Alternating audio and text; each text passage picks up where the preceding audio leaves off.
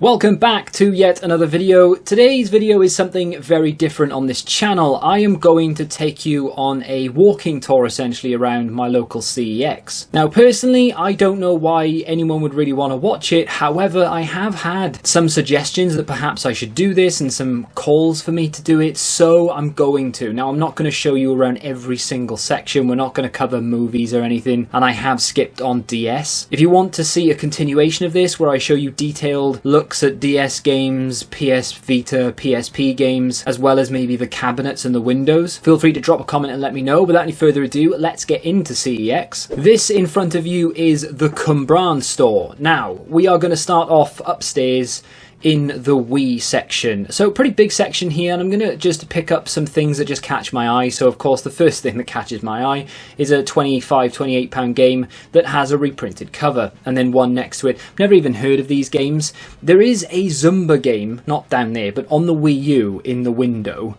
that is 135 quid, I think. I will move, there you go, I will move those things that are on my hoodie.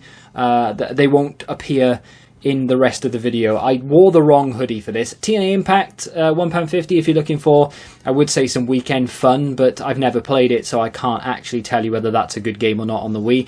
The Wii is one of those consoles where I feel like even people who collect kind of avoid it.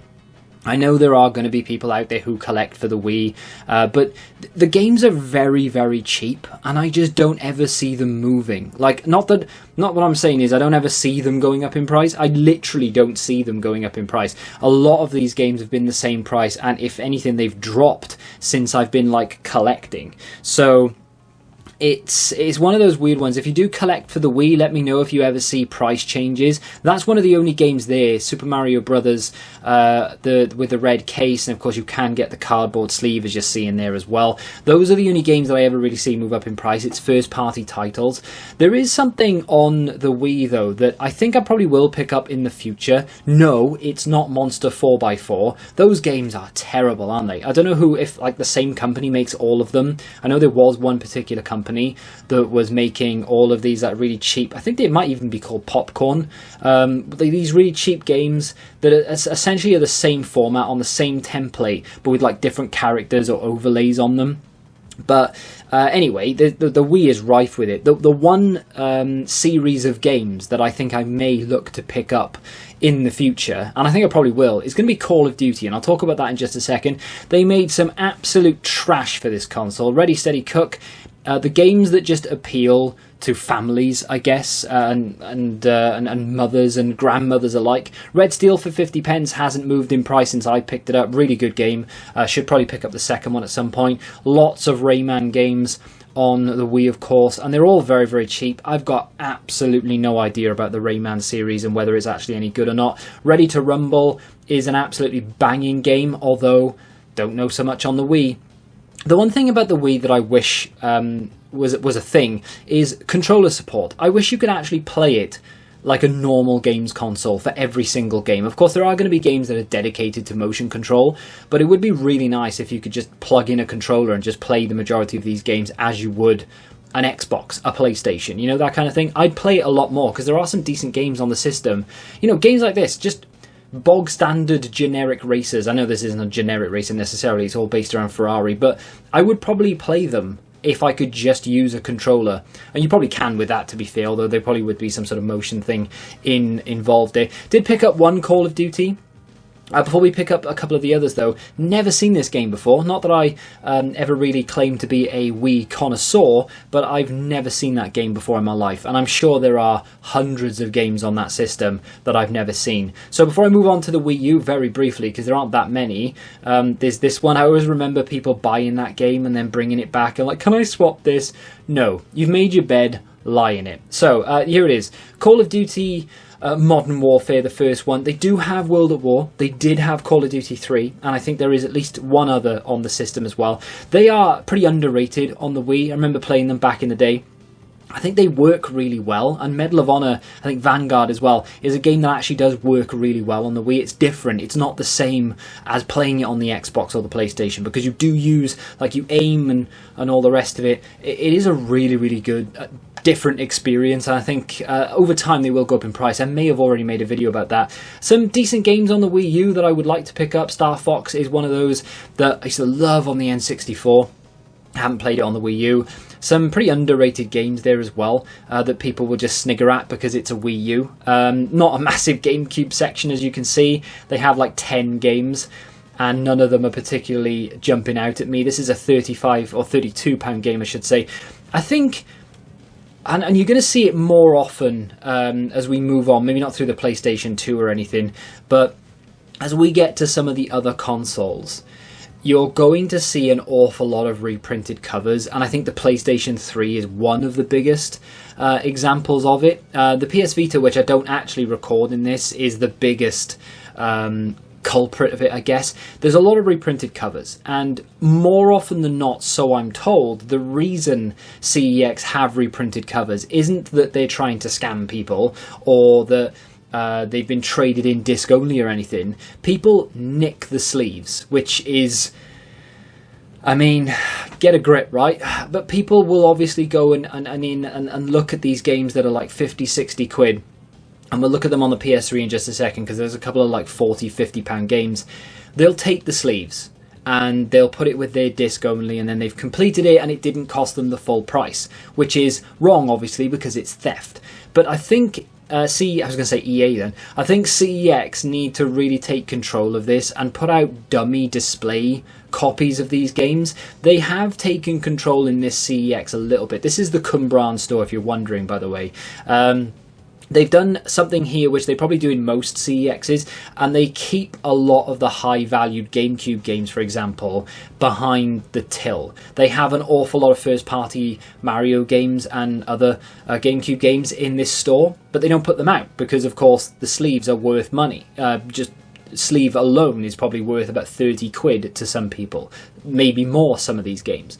So it is a little bit annoying that they're not out there on display. What they should do, of course, is just put a reprinted cover out and then put something in there that says actual case and sleeve behind the till. Because obviously no one's going to go in and spend £100 plus on a GameCube game with a reprinted cover. It's unlikely. So if they did that, they would let people know that it's actually there. The other thing, of course, is you can go online and look, but I like to do this. I like to go in and I like to rummage around. I'm pretty sure the staff think I'm a strange individual because I go through every single section. I don't do it every single time, but I did on this occasion, looking at PC games at the moment just to see if there's anything there. I would probably never buy anything on the PC from CEX, or just in general, really, unless it's Command & Conquer related. To the Xbox section, not a massive section, unfortunately. It is right at the, not at the back, but it's upstairs out of the way, and they don't have a big selection. And of course these games are far more expensive in general anyway than their PS2 counterparts. A lot of them are going to be exclusive, and I think Ninja Gaiden is one of those games. Correct me if I'm wrong, I might be wrong on that, but they do have their fair share of exclusives. But the ones that aren't exclusive, and they do share platform with the PS2, do tend to be a lot more expensive. Never seen this game before, Shattered Union. Of course, I've never had an original Xbox. I've never played one. Never even like turned, like, okay, maybe I've turned one on to test one if I was working in Game Station, for example, but I've never owned one, and I've never sat down properly to play a game. We're downstairs now. We're looking at the PlayStation 3 section. So this is where PS3, Xbox 360, PS4, Xbox One, PS5, etc. This is where all this resides. Now, the Simpsons game is £15 on the PS3. I think it's probably a similar price on the Xbox 360, but it's only like 6 quid or something on the PS2. So if you're happy to sacrifice graphics, yeah, why not? Steelbook here, first one of the day, Sniper 2, very cheap, but pretty bad condition, dented, scratched to holy hell. Not the only Steelbook I find today. And then I move on to what I was talking about earlier with these reprinted covers. So this is Splatterhouse, cover reprinted, 50 quid. That's been there for a long time, a long time. They've had many a shift in the store with where they've put PS3 since that's been taken in. There's another one there as well that I can't make out the name of or even guess to know what it is, but again, another 40 quid game with a reprinted cover that someone has probably come in and just half-inched, and away they go, they've completed their own. Tekken Tag Tournament, which is a game that I think I own. Maybe I own the Tekken Tag Tournament 2 on the 360. Is it the second one or the first one? I can't remember. Either way, there it is. You can get some really good games on the PS3 without spending too much money. Maybe this is one of them, maybe it isn't, I really don't know. I've just picked it up because I'd never seen it before. Another one is Shrek, if you're into your sort of movie game adaptations. 12 quid on that one, and you'll find obscure things like that. I mean, Shrek isn't obscure, but, you know, games that you wouldn't necessarily think are expensive do have a little bit of value to them. This is Red Dead Redemption Game of the Year. It is a little bit more expensive, I think, on the 360, so it's a pretty decent place to pick it up on the PS3. They have this Essentials case here, and I do see these every now and again, and they've started picking up a little bit of traction. I've seen a fair few people started to make like series on collecting those Essentials. I have something in mind that I want to do as well. This was a very strange one. Cover reprinted for Heavy Rain. I can't imagine anyone's nicked that, but then they stuck it in a 360 case with a PS3 cover and then whacked it on the shelf. It just looked very, very weird. Moving over to Motorstorm Apocalypse, £4. Was very tempted to pick this up actually, and I did walk out with not a handful of games, but I did buy some things off the shop floor, and I asked for something that was behind the till, you know, a little bit of a yeah, and you'll see that in an upcoming series video. But I just wanted to do this because people had asked me to just walk around the store, pick up some games and talk about them, so I thought, well, why not, let's just do that. Probably did look a little bit weird that I spent a good half an hour there just walking around filming everything, and it did start to get pretty busy as well. Even though it was the middle of the day on a Friday, yeah, it did start to get pretty busy. So in the end, I had to cut it short because I was going to do like PS Vita and DS and stuff. Fear 3, you just saw a second ago, I love the Fear series. I haven't played them in a long, long time, but I really want to get those on the 360. I just can't seem to find them in my CEX. They never have them. So at some point I will. A lot of decent racing games knocking about the place, and the Gran Turismo series in particular is one of those that I've always really liked on the PS2 in particular.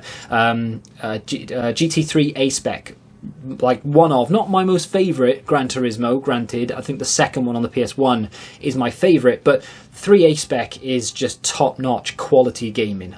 So many hours spent on that game. Haven't really played too many of the PS3 versions of those games, and that was what killed the PlayStation 3 off for me. It was just a nail, like final nail in the coffin. The fact that it took so long for them to bring out a prologue, and then it was like, oh really? Just this? That's it? It takes like an hour to finish or whatever. And they didn't release a fully fledged Gran Turismo game for the longest time. People just gave up.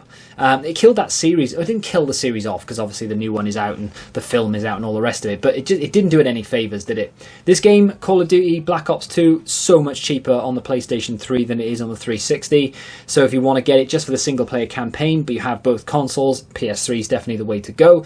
And that kind of brings us to the end of PlayStation 3. I did kind of want to spend a little bit more time just looking through, but there was nothing really jumping out at me. And then my favourite section, we're not going to. I decided I wanted to look at that last, so we went over to the PS4 instead. So the PS4 section, this is probably not my second favourite platform to collect for, but I like looking through this and looking to see what bargains are there, because the PlayStation 4, even it's not like an old console, but it's definitely not a new console. It's a very weird transition that we're in, because we're only like 4-5 years possibly away from the next system, you know. And I'm saying that, it's very, very strange to say it out loud, because I feel like we've only just had the PS5, and yet I'm looking at this PS4 and I'm thinking, well, this is no, okay, 5 years isn't a short amount of time. It is a long time in the grand scheme of things, right? But these games are going to be 2 generations back without, like, before long, and yet these games still have value. There's still a lot of quality there. The graphics are still up there. Some of the PS4 games look better than PS5 games. So definitely a lot of quality on this system, and a lot of games that I would like to pick up. This is one of them. Street Fighter Special Edition. Is it Street Fighter 5 Special Edition? 10 quid there. Not a bad little pickup. Transformers, a game series I've never understood. I've tried playing them on the 360. Didn't really like them. They always have value. Nearly every single one on any platform has value. If you've ever played any of them, let me know if they're actually any good in the comments. Mud Runner. This is a game that I have on the PS4, but not that one. I have another version. It's okay. I've never really played it too much, if I'm honest. Sleeping Dogs, absolutely banging game. This is a really battered I would say special edition, I guess. And then anyone for Spider-Man, they've got a fair few. It's their own fault, really. They charge too much for this, and they give too much credit for it, in my opinion. And that's why they have 3 full stacks of it, and no one ever buys it. A game that looks pretty interesting if you're into horror there. Oxide, I think it is. Another reprinted cover over on the left, which is just becoming far too common. Then this bad boy right here. So Resident Evil Biohazard Steelbook for £6. I already have this on the PS4, not the Steelbook, I have the standard. I'm not a massive Steelbook kind of person. If I see them, I'll pick them up and I'll look at them, because you don't see them that often. This does have the slipcover as well, which is something that you don't see that often. I put that back, obviously, and then we moved on. Resident Evil 4 on the PS4 for 15, which is, I guess, fine. And then, of course, a game that I already have for 15 over there. But if you're interested, this CEX have a whole host of Resident Evil games on the PS4. Moving along to, again, another section where they just have quality on quality, right? So, looking at my watch there to see how long I've actually been in this store. They've got Mortal Kombat, which is a game I absolutely love.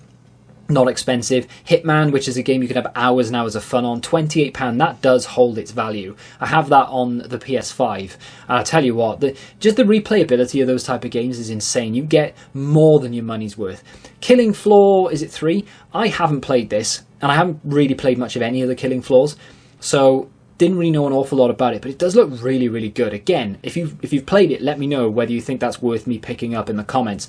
Moving over, so many games on this system. When you look at like the PS3 and you consider how long that life cycle was for that console, it's just mad to think that the PS3 section isn't as big as the PS4 section. The PS4 had a pretty long life cycle, obviously, but was it as long as the PS3? I mean, maybe it was around the same, I guess. What are we saying? So 2006 when the PS3 came out, and it sort of, what was it, 2014 was the PS4, so I suppose that is like an 8-year cycle, and then, yeah, it was a little bit less. The PS4 cycle was a little bit less than the PS3, and yet there seems to be a hell of a lot more PS4 games than there are PS3 games on sale here, so bit of a weird one, but the amount of quality that is on the system, and I did say that these wouldn't get in the way again, and look, they're in the way. How long is it going to be in the way for? Dead Island, the brand new Dead Island, of course, £38 on the PS4, is available on other platforms, but I've not played it. I thought I was going to. Loved the first one, second one was decent, and yeah, just haven't played. I don't know why, I just have not picked it up. There is something here that I was very tempted to pick up. It's not Blair Witch, although that is a game I'd like to play because I still haven't played that either. It's this. It's the Batman Arkham Collection. I didn't even know this was a thing. So 3 games, I think, in total for £15. Pretty good, that. I've not seen that before. Didn't even know that existed. They only had 1 of them. The rest of them were just the standard copies behind. And then another game that I cannot for the life of me understand why anyone would play it. Although I was intrigued. Bus Simulator Countryside Edition. Moving on to a game that doesn't feel that old. I didn't pick it up in the end. It was Call of Duty Modern Warfare. It doesn't feel that old, but it's really, really cheap. Then we are going to come to something now that just blows my mind. And I know notoriously Xbox and Xbox Series X games are cheaper than your PS4 and your PS5 games. And I think it's down to like Game Pass and stuff for the most part anyway. But it just... It blows my mind how cheap some games can be on this platform. And we're going to get to one in a second that I honestly thought was a misprint. And it might have been. It might have been a sticker error or something. But I don't know. Something tells me that it probably wasn't. I don't know. Yeah, here it is. Need for Speed Unbound for £10 on the Xbox. That, it didn't seem, I kept looking at it. It just did not seem right to me. I was so tempted to buy this. I was like, is that right? I don't know. I didn't read the title on it, so I don't actually know if it did say Need for Speed Unbound. I mean, while I'm here, I guess I could go over to CEX website and type in Need for Speed Unbound and have a look to see whether it is £10 on the Xbox One. It is indeed. £10 on the Xbox Series X. And if you want to buy that on PS5, it's more. And we'll get to that when we get to the PS5 section. But that's just one game, as one example. There are a whole host of games on this system that are so much cheaper on the Xbox than they are on PlayStation and Switch. And Switch is just a whole other platform altogether, of course, that inflates their prices for various reasons. But again, a lot of quality on this system, and it seems to be one of those that has a lot of cheap games on it. I think that, like this one, for example, Prey is a really, really good game, and for £2.50 you just can't go wrong. It's probably the same on the PS4 in terms of price, but just to, pick one up off the shelf. Love this War of Mine. Don't actually like it on console. I've tried playing it a few times. I find the controls to be very jarring. Playing it on PC is just natural. Another Transformers game with some value to it, 15 quid. Not played that one, incidentally. Again, I just don't get the Transformers games. It's just not my thing. Moving along, I think I pick up one or two others. Of course, we did talk about Sunset Overdrive the other day. And then this one, another Steelbook, Red Dead 2. This has been here for an awful long time. The games used to be on the other side when I first saw that, and that was months ago. Then we get to the PlayStation 5 section, and here it is. Need for Speed Unbound, £28, and that is the actual price that the website is telling me as well. So an £18 difference between the two games, and they're exactly the same. They play exactly the same. I'm guessing it's because if you get the Ultimate Game Pass, or Game Pass Ultimate, whatever it's called, you probably get this, I think, the full version of the game. So that's why it's so cheap on Xbox, because the majority of people who have an Xbox have Game Pass. So it does make sense, but at the same time, it's just wild to me that they are that different in price. Dead Space right now, so much cheaper in Asda. If you've got an Asda near you and you want that game, 40 quid in CEX. Let's just say it's half the price in Asda, as well as a few others. They had their fair share of Hogwarts Legacy in my CEX, and as I'm sure they do in many, but look how many they have. 3 full stacks and some on the side as well. Gran Turismo 7 down there, as well as a whole host of other games. Dead Island that we just saw, cheaper on the PS5 I think than it is on the PS4, and you'll see that a lot with a lot of games like newer releases. They of course are still releasing them for the PS4, and they are just so much cheaper on the PS5 because they don't have that many physical releases on the PS4. Moving on to the Switch. Payday 2, the thing about the Switch for me, and I'm so reluctant now to look at games that aren't first party, is because I don't know how they're going to play. I've made so many mistakes or been disappointed with so many games. Look at the price of that now, 60 quid. I remember when that was like 40 and I was still reluctant to buy it. What an idiot I am. But yeah, in terms of third party games like Payday 2, GTA, and even games like this to a certain extent, how well are they going to play? I don't know, and I've been burnt so many times, made so many mistakes buying games that I thought, I'd like to play that on the Switch, and then you sit down and it can't handle it. It stutters. There are too many enemies on the screen at one time, and it lags. The FPS drops, and it's just not a nice experience. There are plenty of racing games that I'd like to have on the console that just do not run well. Mortal Kombat is one of those games. I love Mortal Kombat games. Haven't played Mortal Kombat 1 yet. Will do when the price comes down. But that Mortal Kombat 11, fantastic game. Really enjoyed the story. Have it on the PS5 and would actually quite like to get it in handheld mode so I can play it on the plane, for example. Don't know how it's going to play. We'll probably need to look up some review. And then they bring out this as if it's a joke, right? Crysis. The joke, of course, with Crysis is that back in the day, you used to be able to say, well, I've got a brand new gaming PC. And the question would be, but can it run Crysis? And now they've got it on the Switch, which is laughable, right? I mean, it's probably going to be fine, and it probably runs well enough. But it just makes me laugh that you can see Crysis on a Switch, which is notoriously underpowered. Anyway, that is my very, I would say, quick tour, 20-minute walk around my CEX. The biggest thing to take away from this for me, really, is that Need for Speed Unbound. The difference between the PS5 and the Xbox Series X version in terms of price is mental when you consider that they are exactly the same game that will play exactly the same. It's just a different system. If you want me to do this again, but we're going to look at PSP, PS Vita, we'll have a deep dive into the glass cabinets and stuff, let me know. The reason I didn't look at the glass cabinet this time is because most of the stuff is behind the till rather than in the window. They don't really put an awful lot of stuff in the window in this CEX. I don't know why that is, but if you have enjoyed it, do me a favor and hit the like button. Let me know you want to see more of it. If you want to check out a series video from me, you can click here, and until the next time, goodbye.